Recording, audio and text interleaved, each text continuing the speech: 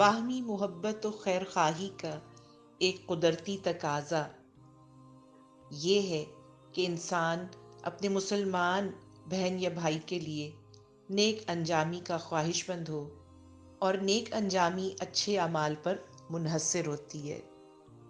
اس لیے انسان جس کے بارے میں یہ خواہش رکھتا ہوگا کہ وہ دنیا میں بھی معزز رہے اور آخرت میں بھی دائمی کامیابی حاصل کرے، تو وہ اس کا ہمیشہ خیر خواہ رہے گا۔ مسلمانوں کے باہمی اتفاق و محبت کی اہمیت، تاکید اور فضیلت اور خیر خواہی جاننے کے لیے یہ ایک واقعہ ہمارے لیے بہت بڑی مثال ہے۔ ایک غزوے میں حضرت اکرمہ بن ابی جہل، حضرت حارث بن ہشام اور حضرت سہیل بن عمرو زخم کھا کر زمین پر گرے، اور اس حالت میں حضرت اکرمہ نے پانی مانگا۔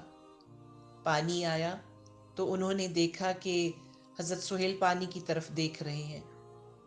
اس پر انہوں نے پانی لانے والے سے فرمایا کہ پہلے انہیں پلا لاؤ۔ حضرت سہیل کے پاس پانی آیا تو انہوں نے دیکھا کہ حضرت حارث کی نگاہ بھی پانی کی طرف ہے۔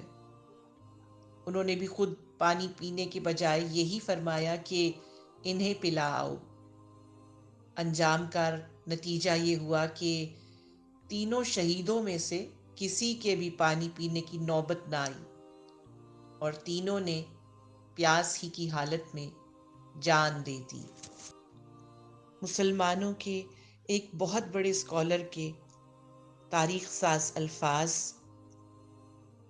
انہوں نے فرمایا، اخوت سے میری مراد یہ ہے کہ دل اور روح عقیدے کی رسی کے ذریعے بندھے ہوئے ہوں۔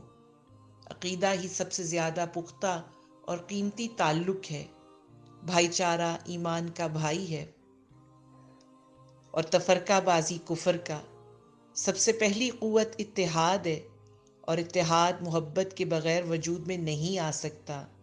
محبت کا ادنیٰ درجہ دوسرے شخص کے لیے دل کا صاف ہونا، اور اعلیٰ درجہ اس کی خاطر قربانی کرنا ہے۔